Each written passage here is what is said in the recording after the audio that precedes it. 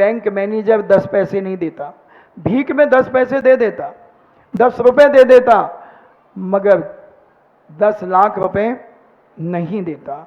उसी प्रकार पक्का है ना, सेठ ने दिए, अब ये इसे जो 10 लाख मिले या इसका जो काम हुआ वो जहां मस्तक झुकाने से हुआ कि इसने जो 30 साल तक जिनेंद्र भगवान का अभिषेक पूजन किया, उस पुण्य से इसे उस जगह से मिला। जैसे सेठ जी के यहां काम करने पर बैंक से 10 लाख रुपए मिल गए, उसी प्रकार जिनेंद्र भगवान के यहां पूजन अभिषेक करने से वहां मस्तक झुकाने से मिल गए।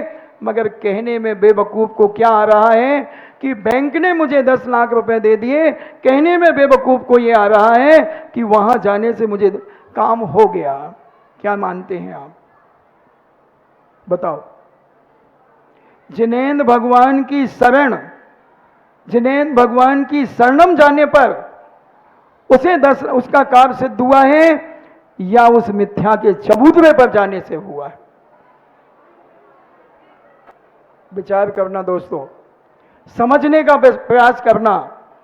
ऐसे ही कहीं हम जीवन भर हमने जिनेंद्र भगवान की भक्ति और पूजन की, कोई ऐसे तीव्र निगत निकाचित कर्मों के प्रभाव के कारण हम थोड़े से परेशान रहते थे और कहीं किसी बेवकूफ ने हमें बेवकूफ बनाने के लिए भेज दिया और योग संयोग से हमारे पुण्य से कार्य हो गया और हमने टाइटल उसे दे दिया कि हमें वहां से हमारा काम हो गया। अगर वहां से काम होता है तो चलो मैं लोगों को भेजता हूं, उनका काम हो के बताओ तो मैं जानूं। कुछ परिवार की महिलाएं भी पागल होती हैं। वैसे तो 80% भौंदू ही हैं। अभी कुछ महिलाओं ने इसी क्या नाम दमोई की माताओं बहनों ने कहा कि महाराज जी आप 80% बहुत कम कहते हैं, आप 90-95% कहो, हम लोग 95% भौंदू है। अब हम देख लें वो है कि नहीं। यहां पर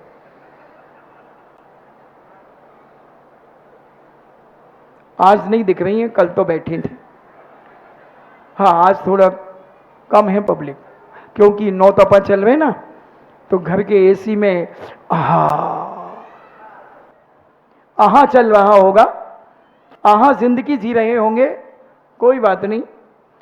तो ये कई बेवकूफ कह दूं, मान लो किसी मां नहीं बन पा रही है, कोई बहू रानी बिचारी, तो ये मिथ्या दृष्टि महिलाएं, भौंदू महिलाएं कहती हैं एक बार होते झाड़ा लगवा लो, एक बार होते चली जाओ सो हो जाए। अब देखना इसे क्या पड़ी है दूसरे के घर की। ये दाई है का कि डायन है? क्या है ये जो स्वयं मिथ्या दृष्टि और दूसरों को मिथ्या दृष्टि बना रही है? अगृहीत मिथ्या दृष्टि। दूसरों के उपदेश से मिथ्या दृष्टि बन रहा है जीव बंधु, सड़ सड़ के दुर्गतियों में जाकर के मरेगा। कितनी लोग हैं जो परिवार के लोगों को भड़काती हैं।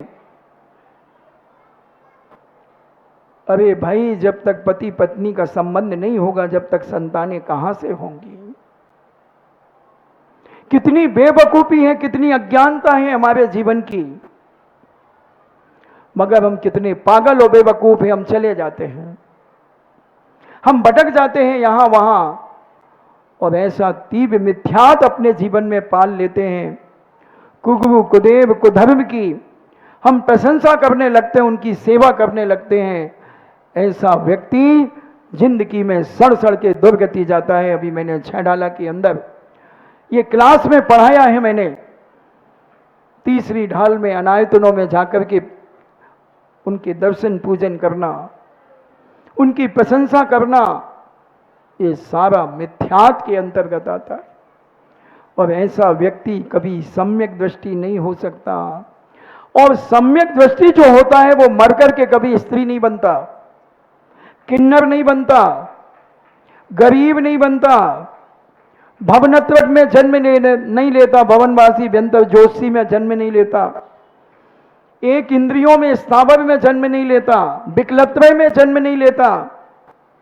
सम्यक दृष्टि सीधा स्वर्ग में जाकर के जन्म लेता है। छैडाला पढ़ो बंधुओं, मिनी समय साहब है। मिनी समय साहब आज मैंने तीनों ढाल पूरी कर दी, बहुत शॉर्ट में मगर बहुत विस्तार से समझा दिया। समझदार के लिए इशारा काफी है कि वो अपने जीवन में कभी मिथ्यात की ओर नहीं जा सकता, जिसने मेरी क्लास को अटेंड किया। क्यों ली थी मैंने छैडाला पढ़ाने के लिए? कि मुझे इष्टोपदेश पढ़ाना नहीं आता था? क्या मुझे द्रव्य संग्रह पढ़ाना नहीं आता था? क्या मुझे तत्वासूत पढ़ाना नहीं आता था? छैडाला इसलिए ली थी, ये ढाल 6 ढालें हैं, उसमें ढाल किसे कहते हैं? जब कोई राजा युद्ध के मैदान में जाता है तो अपने हाथ में एक ढाल लेता है, तुम्हें ध्यान हो ना हो मगर रानी दुर्गाबाई और रानी लक्ष्मीवती के हाथ में, घोड़े में एक हाथ में तलवार है तो दूसरे हाथ में एक ढाल है दुश्मन को रोकने के लिए। ऐसी ये 6 ढालें, 6 ढालें जो हैं बंधुओं, तुम्हें मिथ्यात रूपी दुश्मन से रोकने के लिए पंडित दौलत राम जी ने ये 6 ढाला लिखी है। ये 6 ढाला का जो अध्ययन लोग कर लेते हैं, श्रद्धा और भक्ति से जिसने पढ़ ली है उस 6 ढाला को, मैं दावे के साथ कह सकता हूं कि दुनिया की कोई ताकत उस जीवात्मा की कभी दुर्गति नहीं कर सकती, उसे मिथ्यात में नहीं भेज सकती, उसे नरकों में नहीं सड़ा सकती। इसलिए ये कल मैंने जो उपदेश दिया था 12 वर्षीय स्वाध्याय के बारे में, प्रत्येक मां बहन भाई अपने जीवन में यह संकल्प करे कि हम इस स्वाध्याय के माध्यम से अपने जीवन का कल्याण करेंगे। बिन जाने व दोष गुणन को कैसे गइए तजिए, जब तक हम अन्य दर्शनों के दोषों को नहीं पहचानेंगे तब तक हम कैसे उन्हें छोड़ेंगे, कैसे उन्हें जानेंगे समझेंगे। इसलिए अभी रजिस्ट्रेशन हो रहे हैं, यहाँ स्टॉल लगा हुआ है, यहाँ से उठ करके जिन्होंने अभी तक रजिस्ट्रेशन नहीं कराया है बंधुओं वो करा लें, और किसी प्रकार से भयभीत ना हो। ऑनलाइन क्लासें भी बिल्कुल इसी प्रकार चलती हैं जैसे हम लोग पढ़ाते हैं, सारे विद्वान पढ़ाते हैं। और बैनाला जी की क्लासें 600-700 क्लासें बैनाला जी की यूट्यूब पर पड़ी हुई हैं। सब चीज़ों की क्लासें पढ़ी हैं बैनाला जी की, किरण प्रकाश जी की, अंकित भैया की, मोदी की, बहुत सारे विद्वान अपनी क्लासें पढ़ा करके यूट्यूब में डाल रहे हैं।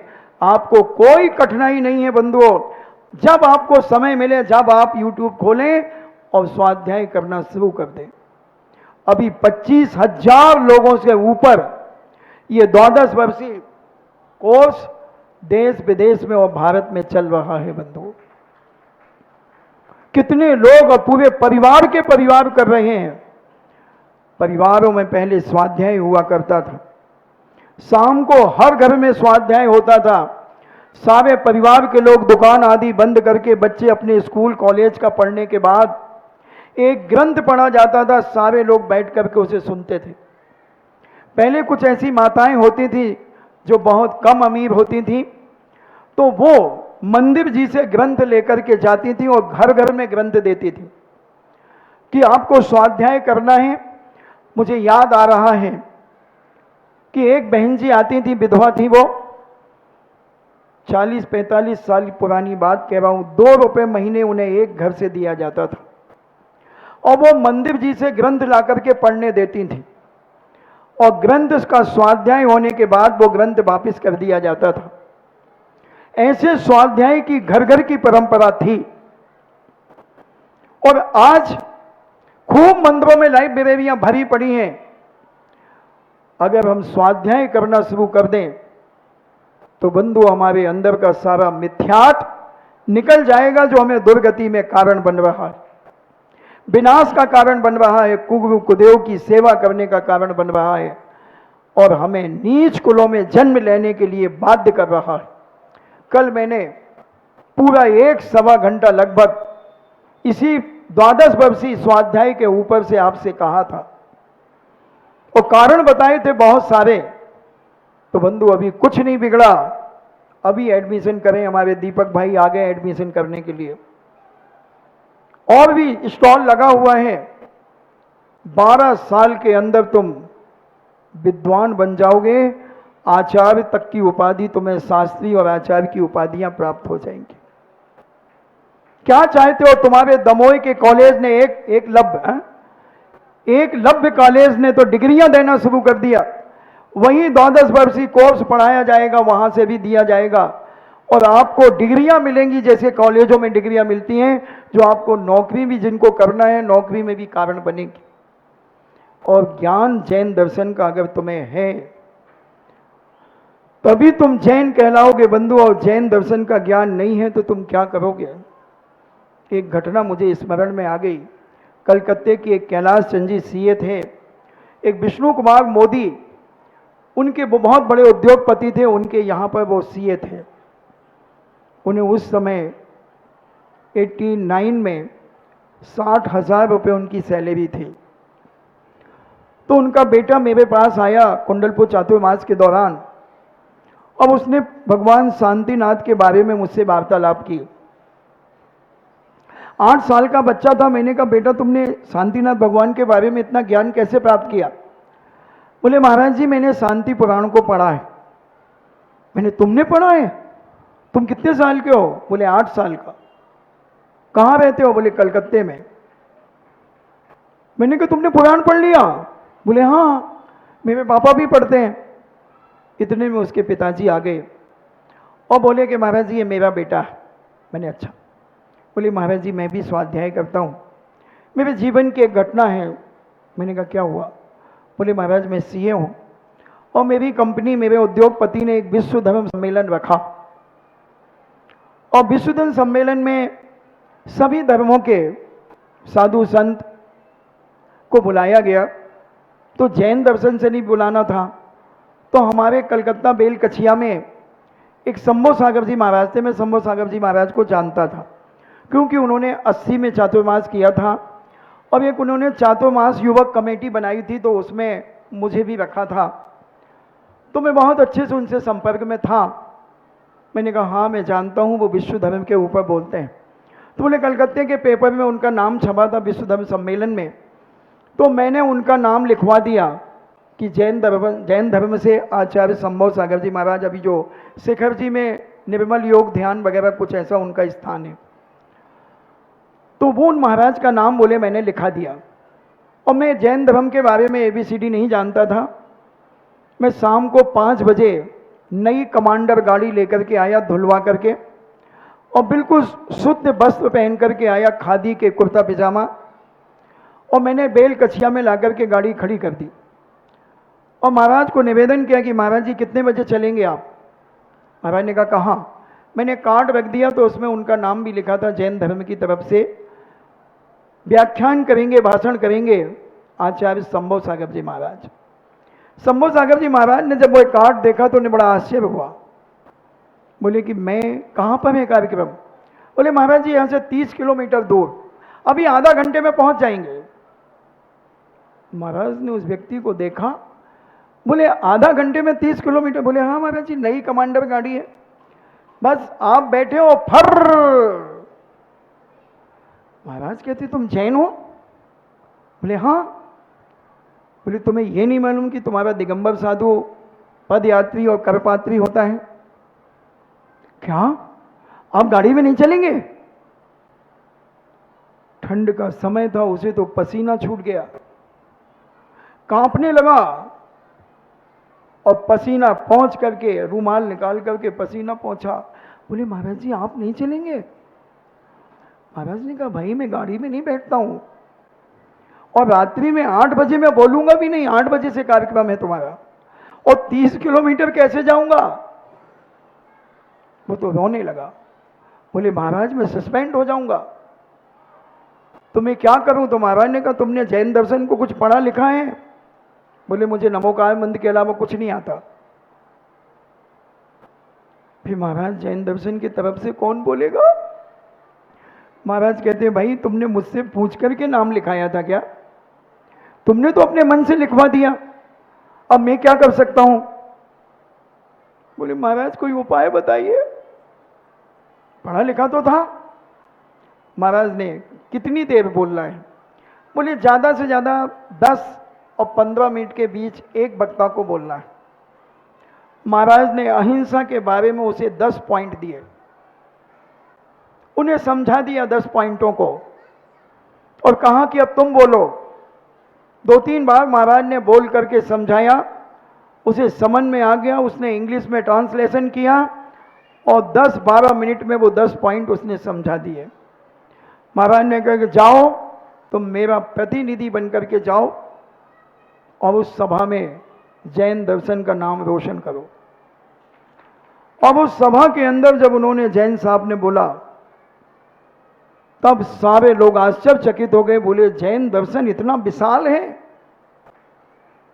सारे जितने भी पोप आदि आए हुए थे, मौलाना आए हुए थे, बड़े बड़े महंत आए हुए थे, शंकराचार्य आए हुए थे, सबने बड़े भक्ति भाव से जैन दर्शन की महिमा को सुना और सुनकर के बहुत तारीफ की कि जैन दर्शन इतना विशाल है।